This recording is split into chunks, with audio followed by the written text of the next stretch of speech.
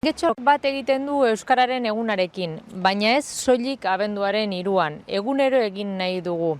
Euskarak arnaz berria izan dezan. Hori dela eta Getxon dataren inguruko hilabete luzean Euskararen erabilera sustatzeko mota ezberdinetako 25 jarduera ditugu. Eskaintza zabala, udalak eta herriko elkartek antolatua. QR honetan daukazute guztia.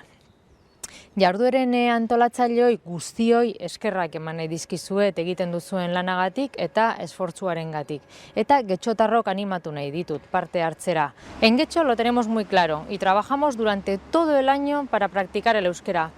No solo es imprescindible el compromiso de los hablantes, sino también el esfuerzo que tenemos que hacer desde las instituciones, es decir, poniendo medios y demostrando ejemplaridad. Y en eso estamos. Tenemos que intentar vivir en euskera con toda naturalidad, cada cual a su manera.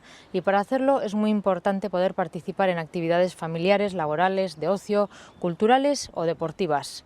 Beraz, euskera prest dugu eta Getxon gogotsu ari gara. Bizi gaitezen egunero euskararen egunean.